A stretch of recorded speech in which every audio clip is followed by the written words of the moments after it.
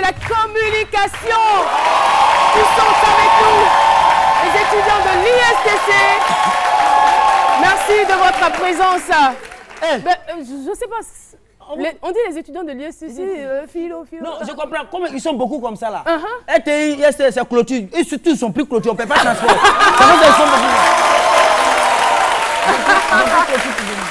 Et on veut aussi saluer l'amicale des institutrices de Yopougon. La responsable, c'est Madame Indra Viviane. C'est bien cela, elle peut lever la main? Ah, c'est vous. Ah d'accord, Philo a vu juste. Merci beaucoup d'être là. Et voilà, l'émission se poursuit. Vous vous demandez certainement ce qui arrive. Je ne sais pas comme vous, mais écoutons. Qu'est-ce qui suit? Molo, molo. Ah. On cotise nos moro. Inch'Allah, un jour, choco. On va plus s'habiller chez Toklo. C'est vrai, on est venu au monde, kojo. Mais on doit retourner choco. C'est pourquoi on ne pleure pas en boro. Tous les jours pour attraper nos togo. Ce qui te japa te rend plus cracra. Ouais, un jour, il y a un mogo qui m'a commencé ça. C'est vrai, la galère s'appelle Tyson. Mais c'est pas nous, on va fraya quand le Niaga va commencer. Ivoirien, gros grain, le moral emballé dans un treillis. La vie nous a trahis, mais c'est Grokeya qui nous fait tenir. Sinon, si le ring de l'existence, la dalle nous a trop tégué, voilà, et on ne peut pas compter le nombre de nos gazas qui ont pris des baies. Mais si la tempête veut, elle n'a qu'à faire couler mon Titanic. Moi, je ne m'appelle pas DiCaprio, donc je ne meurs pas à la fin du film.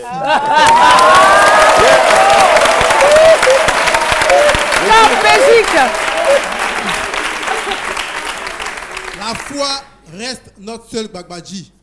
À ce midi, on ne lance pas Kori, mais on sait une seule chose, c'est que nos rêves et nous, on est au Koi. On est au Koi.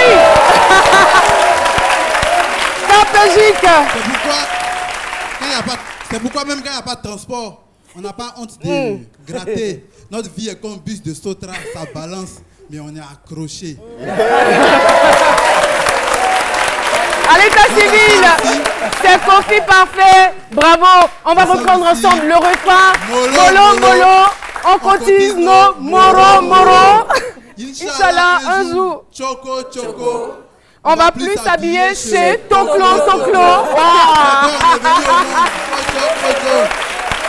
Et oui, c'est pourquoi on ne pleure pas en boro. C'est très original et c'est très ivoirien cette façon de slammer. Il utilise le nouchi pour en faire du slam, donc ça donne de la poésie, on va dire nouchique. Pourquoi pas? Bonjour. Bonjour et bienvenue. Bonjour Samedi, bonjour tout le monde.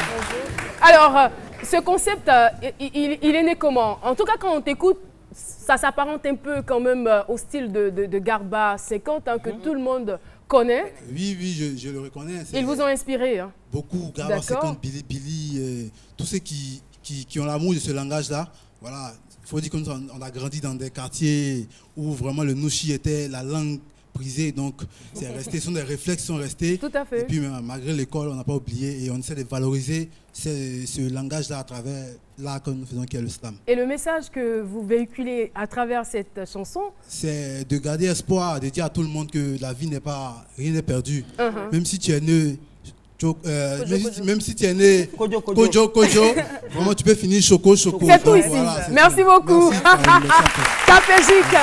Un nom à retenir, on va dire, dans le domaine du slam et du rap aussi. Merci beaucoup d'être passé sur ce plateau et pour cette belle chanson. Et voilà, c'est tout cela ce midi et je suis sûre que vous passez un très bon moment en notre compagnie. Et si vous le voulez, tout de suite, nous allons retrouver Jean-Michel Onin pour les informations médias. Inspiration.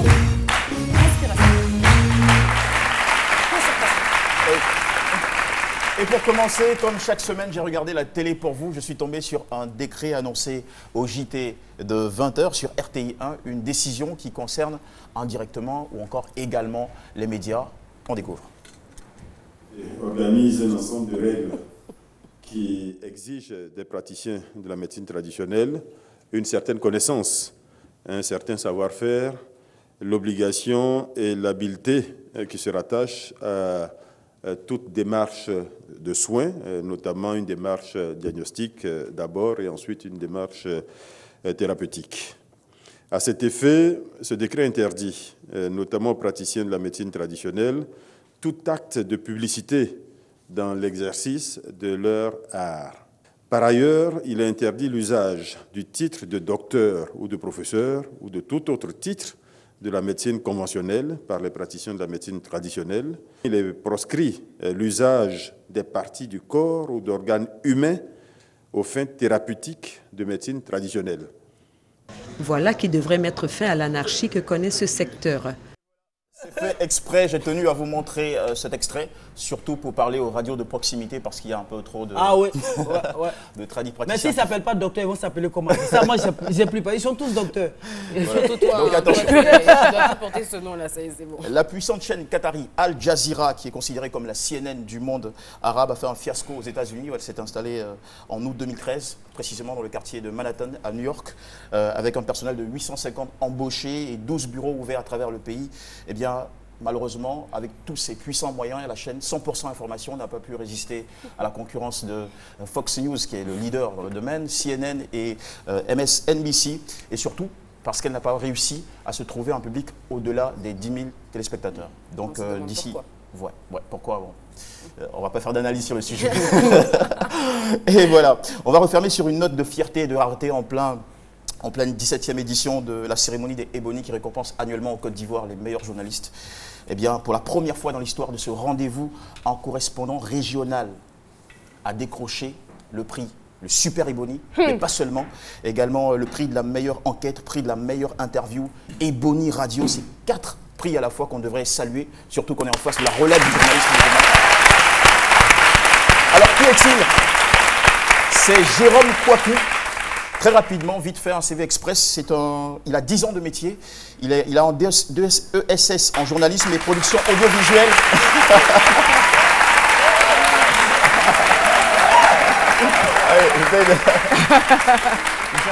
Oui, il n'y a pas de souci, tu t'installes juste à côté. Il est le correspondant de Radio Côte d'Ivoire à Mans, donc dans l'ouest de la Côte d'Ivoire. Okay. Et voilà, il y a un diplôme même à côté, c'est super. Alors, voilà. Jérôme Kouakou, qui est donc à RTI Mans, Super Ebony. Laissez-moi vous embrasser parce que je l'ai fait pour les 2 précédents et aujourd'hui c'est la crème des crèmes. En tout cas, félicitations. Félicitations. Merci. Félicitations et vous avez, on va dire, tous les encouragements de la RTI d'abord et du peuple ivoirien. Chapeau, je me souviens de ce que Zio Moussa disait. Il a dit que ce journaliste n'est pas un habitué des palais, c'est pas un habitué des palaces, mais c'est un homme de terrain. C'est un homme qui va chercher l'information là où elle se trouve. Voilà, donc il est là. Il va falloir l'applaudir encore très fort pour lui dire félicitations. Un journaliste de province avec tous ces trophées que vous avez. Oui, Jean-Michel. Et pour compléter ce triomphe, je signale qu'il décroche une voiture, 5 millions de francs CFA, des ordinateurs, téléphone portable. C'est vraiment le bonheur pour lui en ce moment. Mais c'est surtout en fait que le reportage que vous avez fait, les cantines scolaires. Quoi.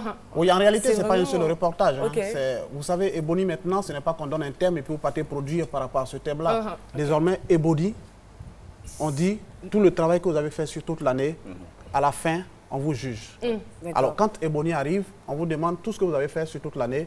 Envoyez-nous 9 de vos productions. C'est-à-dire 3 interviews, 3 reportages. Voilà, 3 interviews, 3 reportages, 3 enquêtes. Et moi, quand c'est arrivé, j'ai fouillé dans ma cagnotte, il y a tellement de productions. Et puis, j'ai choisi 9 que je leur ai balancées. D'accord. Voilà. Merci beaucoup. En tout cas, vous vous êtes longuement prononcé au journal de 20h sur ce trophée, sur votre, on va dire, victoire. Mais qu'est-ce que vous avez envie de dire à toutes les personnes qui vous regardent? Et c'est là qu'on va terminer. Je suis heureux de voir en face de moi des étudiants de l'ISTC. Je voulais juste leur dire...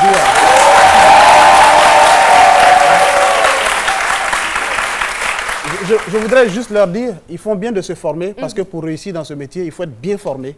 Moi, j'ai eu la chance d'être formé par des Allemands. Donc, en matière de production audiovisuelle, je suis très outillé. Et puis, deuxième chose, quand ils seront sur le terrain, quand ils auront fini la formation, il faut qu'ils évitent de s'asseoir au bureau et puis d'écrire ou de parler, de dire des choses, mais qu'ils aillent sur le terrain constater, ça rend facile le travail. Félicitations. On ne va pas vous demander ce que vous allez faire après ce sacre. C'était sûr, vous allez travailler pour démontrer que ce n'est pas par hasard que vous avez eu tout cela. Merci en tout cas d'être venu. On va l'applaudir pour le raccompagner avec des ovations bien fournies. Et voilà, pendant ce temps, pendant qu'on l'aide à débarrasser ces trophées, on retrouve tout de suite Jessica Bamba dans Fallait y penser.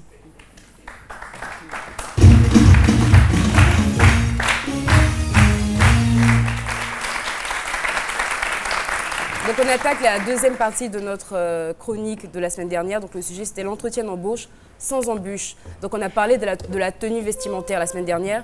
Et aujourd'hui on va se baser sur ce qu'on appelle la communication non verbale, qui est en fait tout ce qui est gestuel, tout ce qui est attitude. Parce qu'effectivement en dehors de ce que vous allez dire et en dehors de comment vous êtes vêtu, votre gestuel peut vous trahir mais énormément. Donc quels sont ces petits gestes-là à éviter ou qu'est-ce qu'il faut faire exactement quand vous vous retrouvez lors d'un entretien d'embauche? Par exemple les mains. Les mains sont vraiment, c'est vraiment la partie du corps qu'on n'arrive pas à... On ne sait pas quoi en faire lorsqu'on se retrouve dans une situation où on est un peu en stress. Donc parfois, on fait vraiment n'importe quoi, on les croise, voilà. Mais par exemple, chaque position des mains exprime en fait un sentiment bien précis. Si vous arrivez à un entretien d'embauche que vous êtes comme ça, ça signifie... Non, absolument pas. Ça signifie que vous êtes sur la défensive. Si vous arrivez que vous êtes comme ça, c'est que tout ce que vous racontez, c'est un peu du baratin. Surtout ne pas savoir où est-ce que vous mettez vos mains, ça montre surtout que vous manquez d'assurance. Donc lors d'un entretien d'embauche, vous êtes assis sur une chaise, vous tenez bien droit et les mains se limitent vraiment à vos cuisses. Vous les posez sur les cuisses, voilà. Pas sur la table, les coudes sur la table, on va éviter. Vous évitez de vous caresser les cheveux ou d'avoir un doigt dans le nez, enfin voilà, vous faites ce que vous voulez. Voilà. Ce qui est vraiment préconisé de faire, c'est de garder les mains sur les cuisses et de se tenir bien droit, de soutenir le regard de la personne avec laquelle vous allez avoir une discussion et surtout la poignée de main. Une poignée de main bien ferme et bien franche. Voilà. Non, on n'a pas dit de shaker. Non, j'ai pas dit ça. Non. Tu tiens, voilà, bien, pas molle, pas trop franche et voilà. Et on va éviter aussi de jouer avec un stylo. Il a voulu écraser ta main. T'as vu, limite. On va éviter de jouer parce que parfois, lorsqu'on est en stress, on utilise, je sais pas moi, des objets, on joue avec son stylo, on fait un truc. C'est vraiment des choses à éviter absolument. Et quand vous allez avoir une discussion avec votre interlocuteur, il faut être honnête. Arrêtez de baratiner parce que ça se voit tout de suite. Surtout, évitez de mentir sur vos CV parce que ça va vous rattraper. Non, ça va vous rattraper. On peut vérifier. Après, on vérifie et surtout, vous mettez des compétences que vous n'avez pas sur le terrain, ça va se savoir tout de suite. Donc, on arrête vraiment de baratiner, on est bref. Surtout, là, il y a une phrase qui est assez... c'est vraiment un piège. Parlez-moi de vous. En règle générale, je suis amoureuse de... Voilà. On part dans un monologue en règle générale qui va durer 10-20 minutes. On n'est pas chez le psy, d'accord? Vous allez être bref, précis, concis. On va dire un résumé rapide de votre cursus scolaire et de votre cursus professionnel. Et à ce moment-là, je vous promets que si vous suivez toutes ces astuces-là, ça va très très bien se passer. La semaine prochaine, on reviendra pour le salaire, qui est la partie la plus difficile à gérer lors de l'entretien d'embauche. Waouh. Merci, Jess. Et j'espère bien que tous les étudiants et toutes les personnes en quête d'emploi prennent bonne note. Et si c'est le cas, on peut maintenant parler du savoir-vivre parce qu'il va falloir éviter certaines choses avec le chewing-gum. Elle le disait, je la laisse s'exprimer, Nadiani Diarra, dans savoir-vivre. Obligée d'aller vite, on a dommage que tu n'aies pas de chewing-gum. Donc voilà, Caroline, je te disais tout à l'heure, je suis sûre qu'il vous est déjà arrivé d'être dans un endroit, que ce soit à l'école, au travail ou dans un restaurant. Vous mettez les mains comme ça et vous sentez quoi? Un chewing-gum bien sec en bas de la table. C'est dégoûtant, c'est sale, c'est pas hygiénique et c'est vraiment très très irrespectueux. Déjà, tous vos déchets, que ce soit des papiers, des chewing-gums ou des canettes, leur place, quand vous finissez de les utiliser, c'est à la poubelle, c'est direction la poubelle. Donc, je ne comprends pas pourquoi il y a certains chewing-gums qui se retrouvent en bas de certaines tables. Il y en a, ils finissent, ils prennent et ils collent en bas de la table. Ça ne se fait pas. C'est des petits chewing-gums là, pour aller chercher poubelle. Non. Ben justement, ça ne se fait pas. Il a l'habitude. Apparemment, tu as l'habitude de ça, Philo. Tu as l'habitude de le faire. Vous voyez, c'est vraiment dégoûtant. Ah, et imaginez les risques même. Ce sont des chewing-gums. Et imaginez les risques même de maladie. Imaginez quelqu'un vient de manger son chewing-gum bien humide, colle et vous passez. Et vous passez la main dessus, les bactéries que vous pouvez récupérer, les maladies. Non, mais ça peut arriver. Et donc, vos chewing-gums, vous pouvez prendre juste un petit papier ou un petit mouchoir ou quelque chose en tout cas pour ne pas que ça colle et vous pouvez même le garder, attendre et le jeter. Après, s'il vous plaît, respectez les gens qui sont autour de vous et évitez les chewing-gums en bas des tables, c'est dégoûtant. Mais nous, ça nous arrange parfois. Regarde comme le gars qui est à côté de non, mais Caroline, moi quand ça m'arrive, je dis oh non, mais c'est vrai. Ça arrange parfois. Souvent quand on nous donne des affiches pour aller coller la chewing-gum en bas des tables. Non. Après, c'est dur à enlever, il faut gratter la table. Franchement, le recyclage de chewing-gum de philo est ah non. Donc vos chewing-gums à la poubelle, les chewing-gums à la poubelle et dans un papier. Voilà. Merci Nadiani. Merci beaucoup. Nadir, ça va? On t'a pas vu la semaine dernière. La semaine dernière? Non, j'étais là. D'accord. Bon. Là, je vous avais dit. Voilà. Alors, vous m'avez manqué. Chers étudiants de l'ISTC Polytechnique, ça va? Ça s'est bien passé? L'émission s'est passée comme vous le vouliez? Oui? Vous avez été content, vous êtes heureux? On peut continuer jusqu'à demain, hein? Ça va? Ah, c'est ça. Mais non, on était très heureux de vous voir. Et ça fait vraiment beau. Et je vous souhaite d'être plus tard de très bons journalistes. Ouais.